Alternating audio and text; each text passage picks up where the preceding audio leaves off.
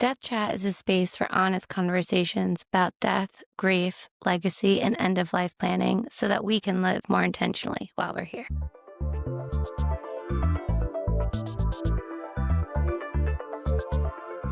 Hello, everybody. I'm Julia Spittle, and I'm the host of Death Chat.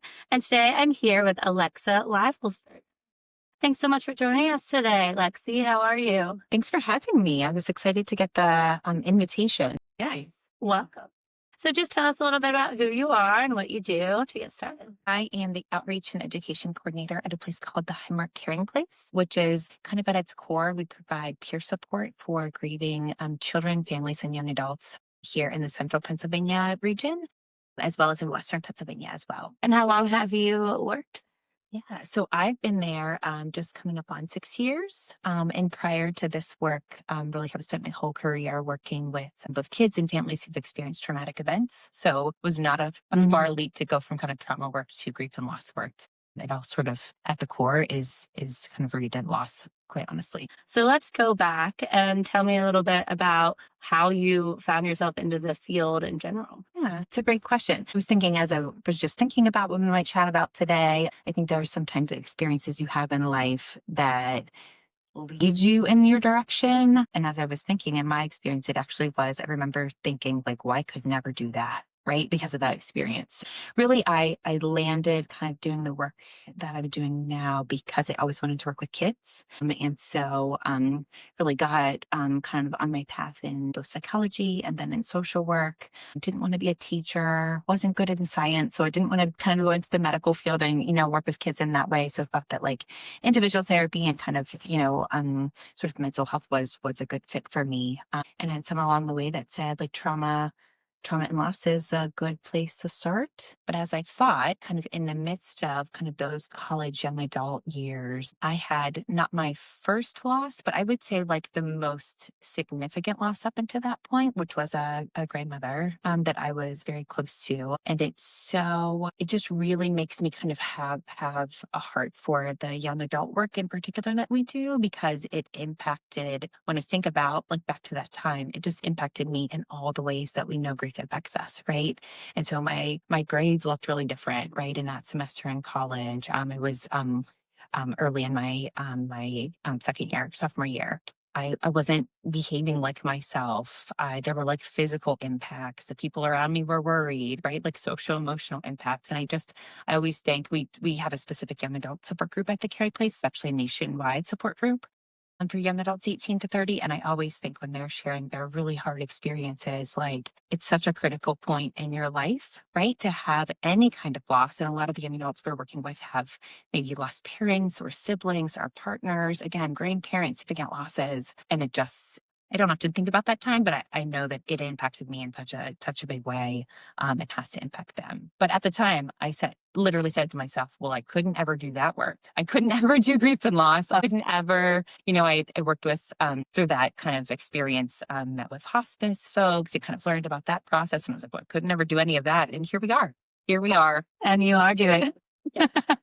Funny how life turns out. It right? is. Yeah. So where'd you find that strength? I think so many people in this field, probably yourself included, right? We pull from places that are just rooted in empathy, probably, quite honestly, right? And so that path kind of to trauma then just landed me here. But I think it is just like my care and compassion for other people, specifically kids, but people in general, which I think anyone who's working really in the mental health field, but certainly in the grief and loss, kind of death and dying field, like ultimately we care about people and want to care for people, right?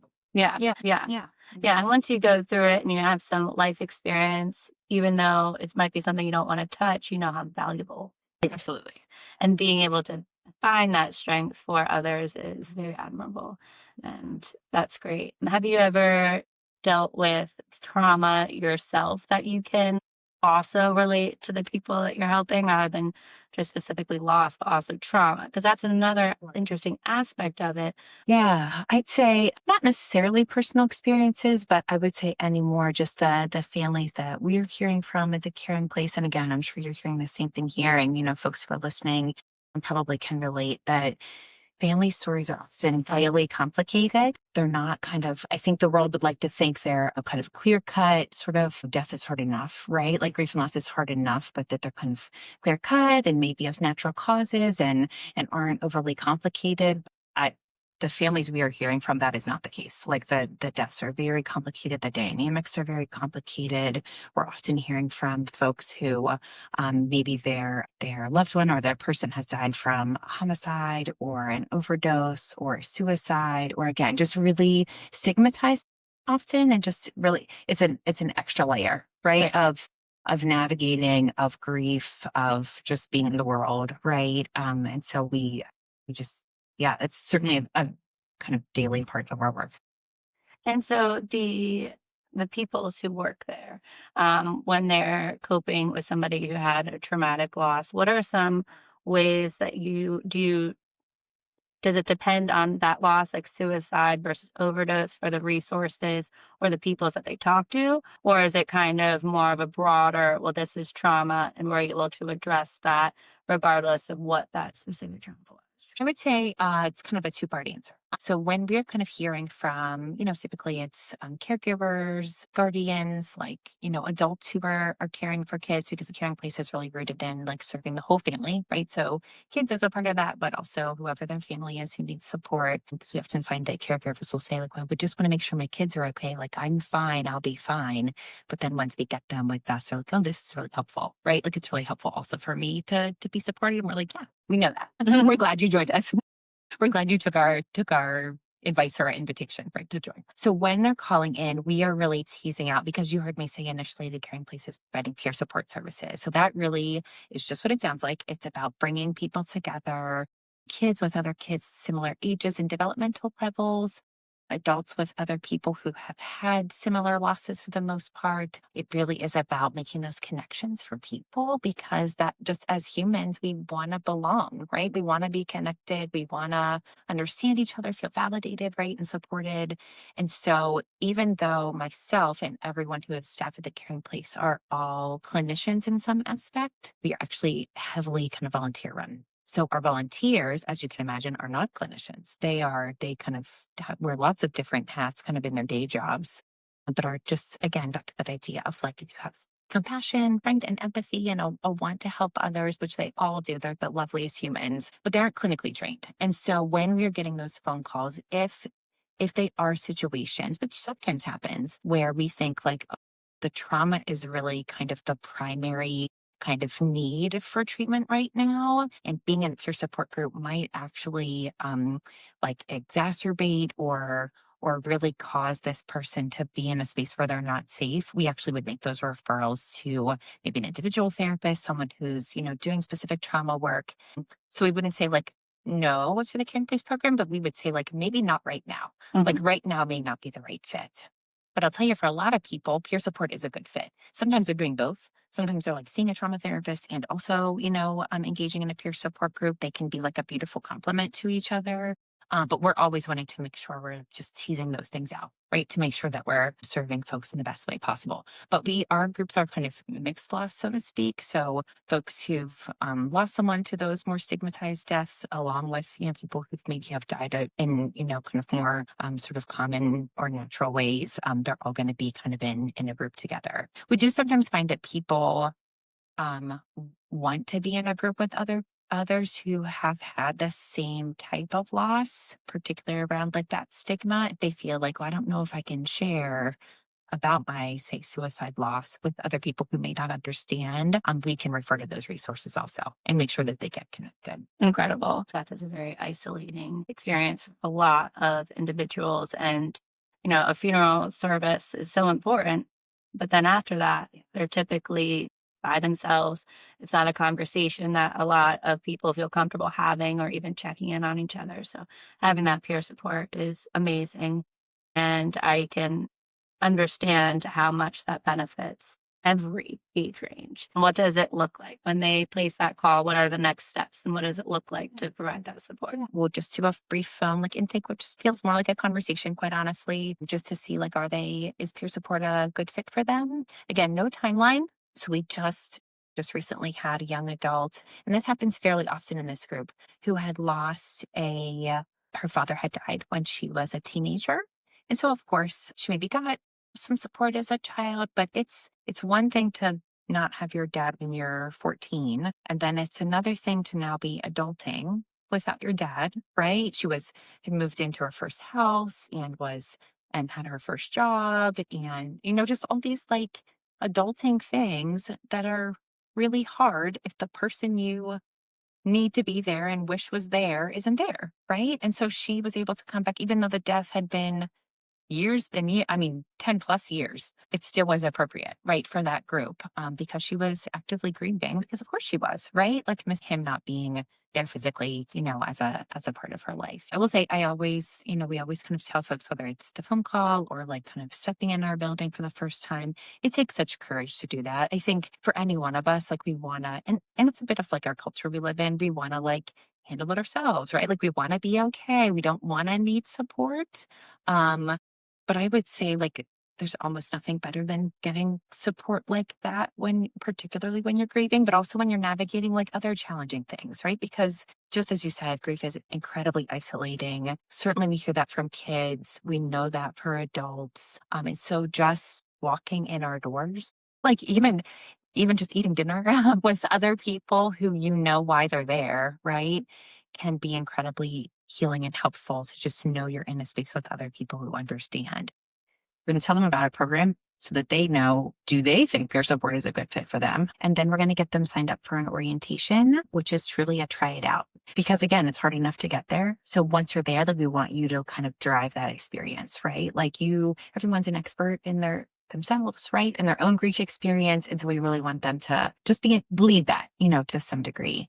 And so we even have a rule at the Caring Place called the I-Pass rule. So if you don't want to, you didn't have enough coffee, it's Monday, you're not ready yet, like whatever that is, like no one's going to make you talk about anything, do anything you're not ready and wanting to do. But it's a pretty easy process. We never have a waiting list. We're always accepting or ready for new families and kids. So I would say if folks are listening, make sure to call or get in touch with us. We can absolutely probably provide support and get you into an upcoming group for sure. And you also mentioned, you do have some other resources that aren't specifically in person. So can you tell me a little bit about that for anybody who might be listening from outside theirs? So you heard me reference young adults as a particular population that's quite honestly underserved in grief and loss. I think because we have sort of in our, kind of inner society, inner world, this idea of young adults that like they're carefree, they're living their best life. They have like nothing to tie them down or no big responsibilities. That is not true. It is not my experience with most young adults that I have interacted with. But I think because of that like mindset, we just think like they're fine, right? Like they'll be okay. Maybe, but also support can be, like we said, incredibly helpful. So because they're underserved, it's been a number of years ago now, but we've over the past couple of years have really been like adding to our young adult programming. So it started off as virtual support groups. So virtual on Zoom, because that seems to work really well for that population. We can then serve young adults regardless of where they are in the country. So I just facilitated our one of our most recent support groups, and we had young adults in Ohio. We had young adults actually that were abroad at the time, whether they were studying for school or had actually taken jobs, abroad and could join us from there. Young adults in California. So really, it's gaining traction and kind of allowing just a broader audience and more support available right beyond Pennsylvania. And then just a couple of years ago, we actually piloted a young adult retreat. So we did that close to here in Carlisle at a kind of a conference retreat center. And we're able to bring young adults in person together for like a weekend experience. It was really cool. We've done it twice now.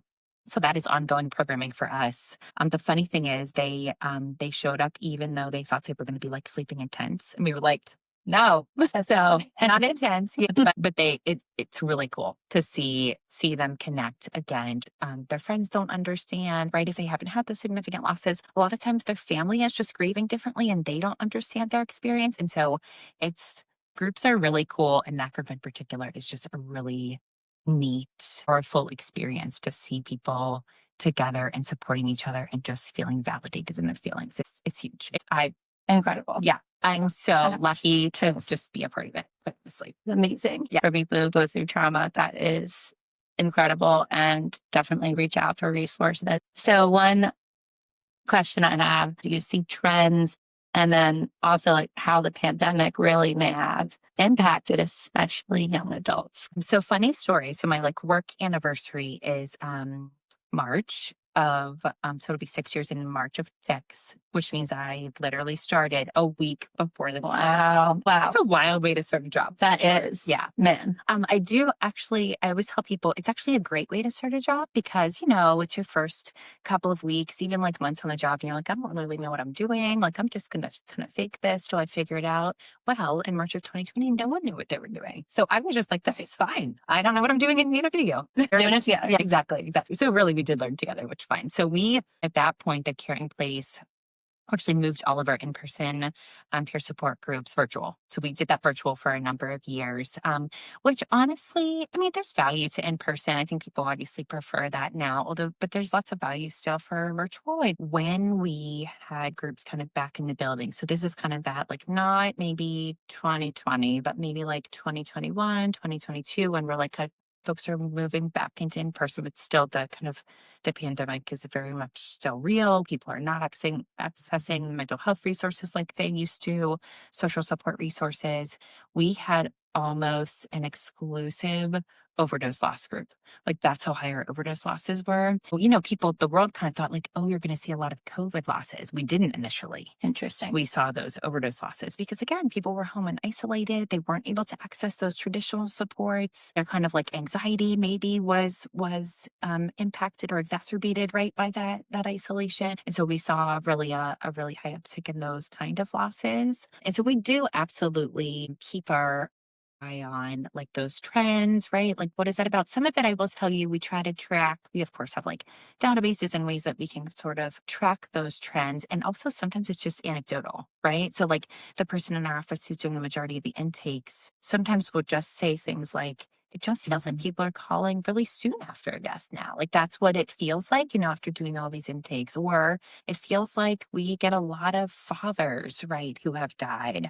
And we, try to kind of, you always have to then sort of just parcel out, like, why could that be, right? We don't have any like causal like relation, but why might that be? Are women more kind of apt to seek support? Probably. Again, that overdose piece, like, we saw the COVID deaths then, families who had lost their loved ones or the loved ones had died due to COVID. We did eventually see those deaths, but that's not what we saw initially for sure. So absolutely. Was there anything else you wanted to mention about the Caring Place specifically? It's important for folks to know that our groups the language we would use is a closed group, which just means the same staff, the same volunteers, the same adults and kids that start the group come every night. There aren't new people coming in and out. It's the same people all the time in those, in that 10-person small group. If you're in an adult room and you're sharing with people, you're going to get to know people. You're going to know their stories. You're going to know their name. You're going to know, I don't know, the behaviors their kids are having this week, right? Their challenges, what they had for dinner. I don't know. But you're going to get we do that so that there is like that sense of community, right? So it's not a revolving door. It's always the same folks. You get those connections. And I will tell you, some of them really neat and powerful things come because of that. So we encourage people to, obviously we want them to kind of create a support group. So we don't share their information with their group members, but they often do. And so it is not, I don't think a group goes by that like there aren't adults sharing phone numbers in the hallway. We have adults who share a whole text thread, or young adults tend to have a lot of like death humor. And so they will create text threads that are called like the Dead Parents Club, right? But again, it's that connection, right? It's like these people get it. These people even get my dark humor because the rest of the world looks at me like I'm crazy. Like, what is wrong with you that you're making jokes like that about your dead parent? Meanwhile, the people in this group are like, that's hilarious, right? Of course. Yeah, we need that right. to move on. Yeah. So that's like probably one of the most beautiful things is like seeing those connections for us, knowing that like, even if we don't ever see them again at the Caring Place, like they've gotten that support and they can carry that with them forward. It just like warms our hearts too, that we're like, oh, you're together. We know there's one group that ended not too long ago, maybe in the last year, they still get together on the regular, like they get together at someone's house. And there's another group that I know they like alternate, like they get together with their kids and then they get together with so it's just really, the connection is invaluable, quite honestly. Incredible. And a day like today with technology and everything, it almost is like there's a lot of options to find friends, but it's not as easy as you would think with social media. Yeah. It's almost more isolating at this time. The other group that we are working with that is often an underserved population. This is sort of like a special project, if you will, of the Caring Place. Although it's been, we're probably in 6, 7, 8 years at this point, so it's not new work. We are providing specific support to nurses and healthcare providers who, particularly like critical care nurses, nurses who are working on oncology units. This is happening both here in Central Pennsylvania as well as in Western PA. Because they, as we know, everyone has their own grief story, right? So they're carrying their own grief and loss into the workplace with them, into their, healthcare profession with them. And they experience an awful lot of death, right? In those units and in that work. And so we know that there's some degree of expectation in healthcare that you just like move on, right? Just kind of deal with that and move on to the next patient, move on to the next case, right? Everyone's human, right? And so that's quite honestly impossible.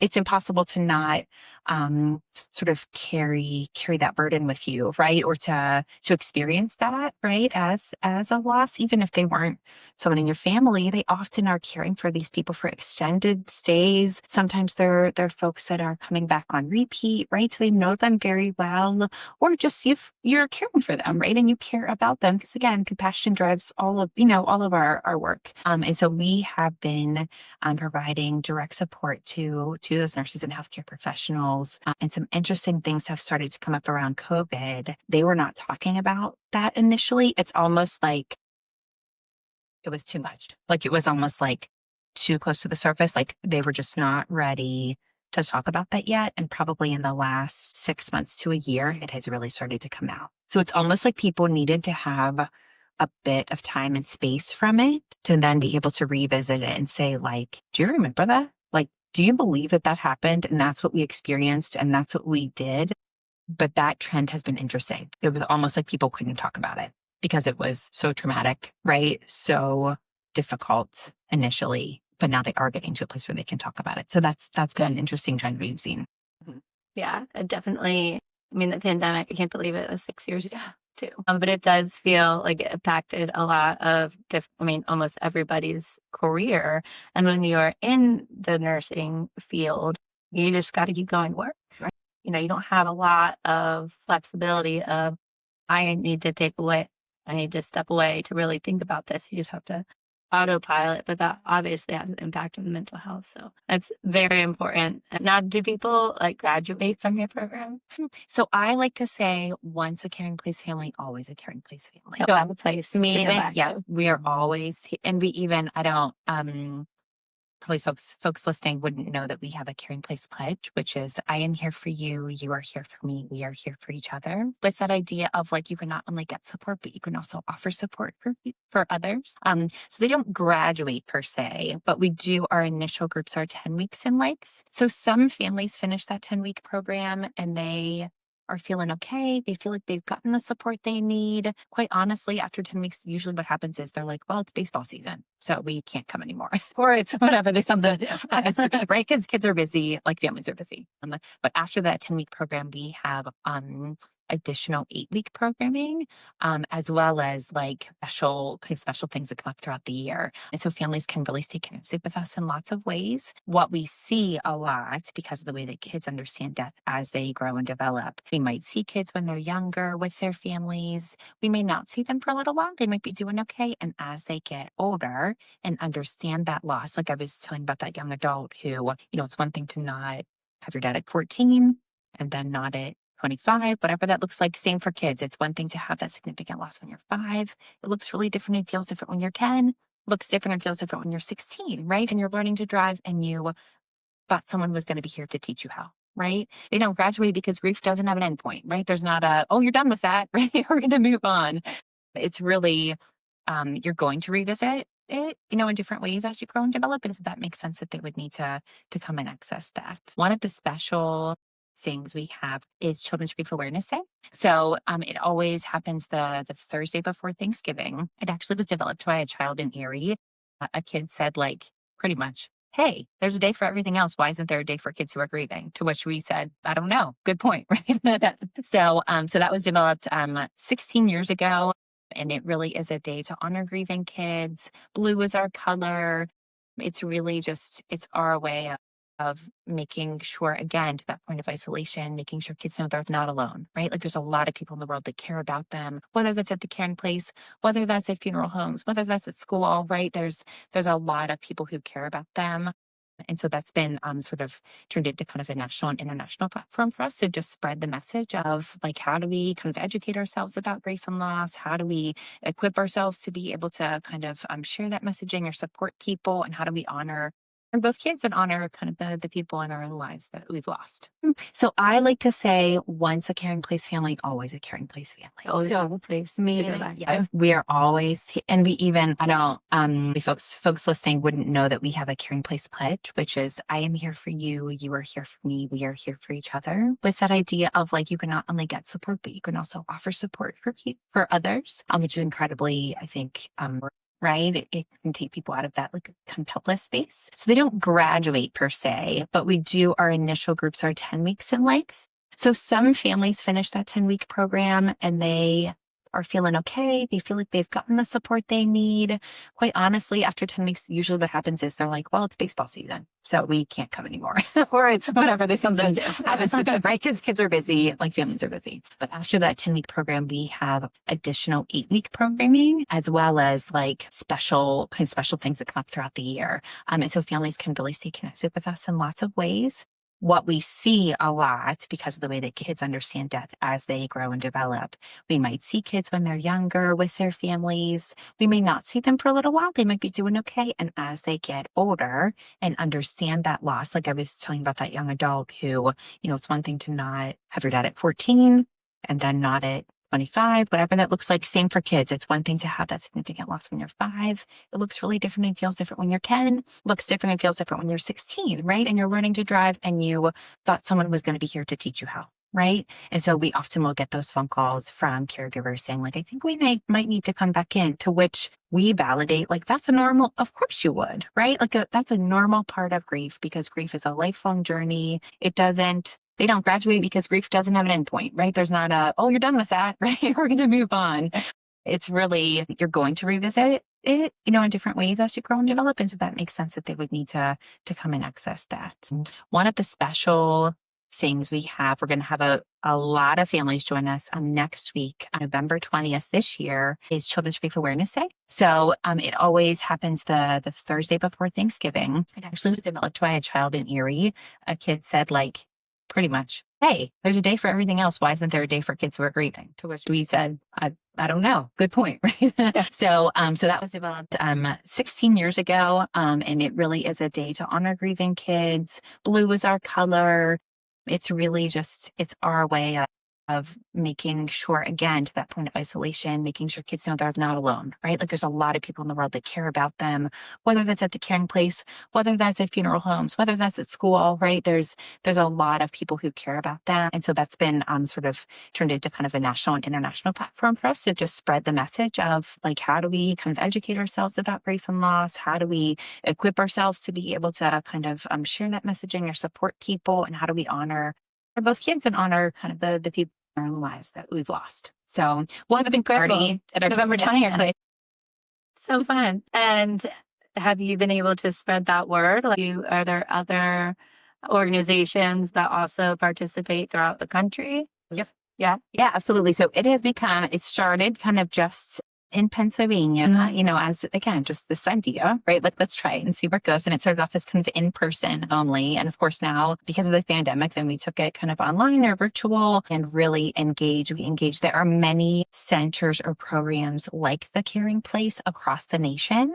So if folks are chiming in from maybe somewhere else today, a different state, or even potentially outside of the US, there are lots of programs available. So know that there are resources potentially in your state or in your community.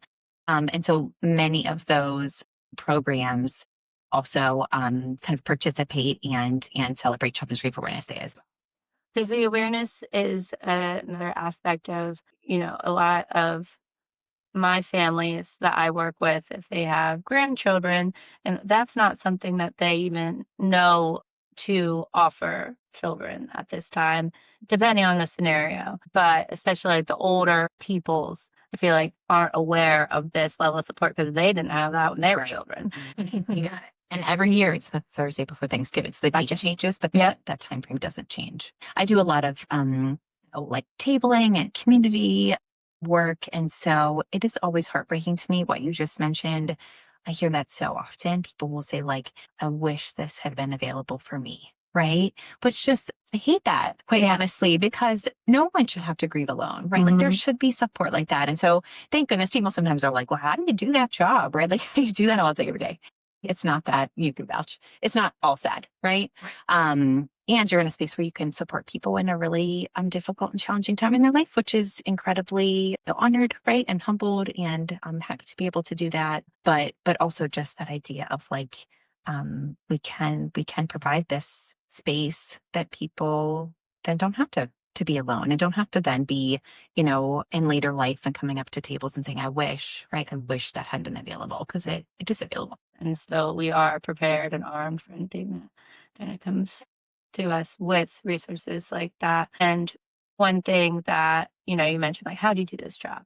We don't have the power to take away death experiences. Nobody does. Everybody's going to experience it, but we can provide something that makes it a little bit easier. But for yourself specifically, how has your work impacted your relationship with death in general, the realization of death? I think that kind of working in this field gives you great sort of perspective, right, on like what's important and what's not. It also is kind of gives you great perspective on like the time you spend with and who you spend it with. So I think all of those things are really helpful and powerful and cause you to kind of like live, hopefully kind of live a little more in the present, right? And take advantage of those opportunities to be with families, be with friends, right? To really kind of make those memories, right? And share those times. I probably don't have to tell you this, but I think there's also like a burden that comes with doing this work, right? It's like you know too much. And so I think there also is a piece of that is anxiety, right? Or like whatever it might be, whether it's like safety things like car rides or illnesses or whatever it might be that probably I know my friends don't think like that, right? They don't think like, what if, or is that a safe idea, or is that going to be okay, or what if it's not? And so I do think that it's like a blessing and a curse a little bit, right? Because I do think I have greater, and anyone in this field has greater perspective on like, again, what's important and what matters. And I wouldn't trade that, but it also comes with kind of the other half of that, which is knowing too much about the really awful things that can happen, right? And do happen to families. And and knowing that as well. Yeah. Do you have any like fear of death for yourself? I don't know if I'm afraid of it, but I probably think about things that I don't think the average person thinks. Yeah. I know you both have that in common when you work with something that is, you have no control, and a lot of anxiety comes from that lack of control. And you could, today, tomorrow, 30, 50 years from now, who knows when a death is going to occur. I can assume that having children and seeing all these shows, just like, please don't let any trauma happen to my babies.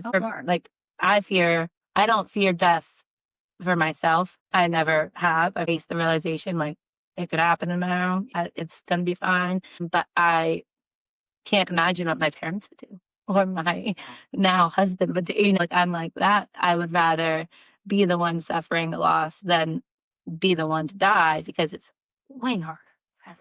Absolutely. And it's really, I can't imagine seeing it such firsthand every day. It's so important to do that. But, just seeing somebody so broken from something that is so out of our control is power to you. Is there any, experiences that you've had with individuals that through your work that you want to share that might be helpful for people to be like, oh, is that something that I would benefit from? So we often will talk about secondary losses, and that doesn't mean that they're less than, right? That they're come second, but like a primary loss might be a death loss. So again, maybe a parent has died, maybe a spouse or a partner has died. Those secondary losses, I sometimes will describe it to people almost like if you throw a pebble in a pond and the ripple that comes out from that, right? So the ripple is things like they're big. So it could be loss of financial security, right? We have lots of kind of only parents or single parents, not by choice because of, losing a spouse or a partner, the death of a spouse or a partner. And so that impacts our family in a huge way financially, right? Even things like loss of sense of safety. Like sometimes our young adults, they have described it like our young adults who have lost parents describe it as like being untethered, like not being connected to anything in the world, right? So you've lost that connection with like the person who was here your whole life, right? And so if you can imagine that just like you kind of felt the world to be a safe place and now you potentially don't feel the world as a safe place. Like that's a huge loss that people don't talk about. Loss of identity is a huge one for that young adult population, but really for anyone. But that idea of like, who am I now without that person, right? We identify ourselves primarily based on roles, like the roles we play.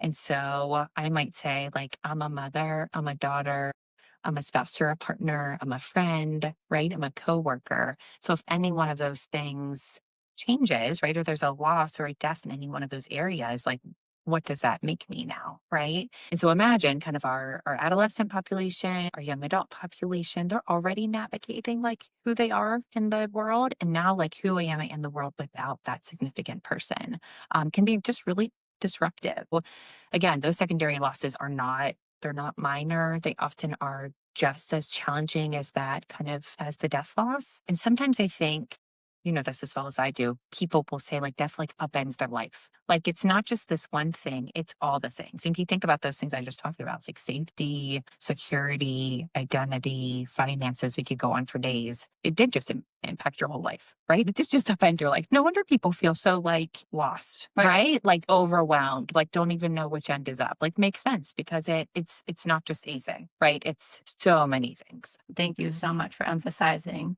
that aspect of it too. It is a lot deeper, and it hits so many different aspects of who you are. What you do. It's a part of life, and providing these resources for people to be able to cope with it is incredible. So, thank you for all that you do, Lexi.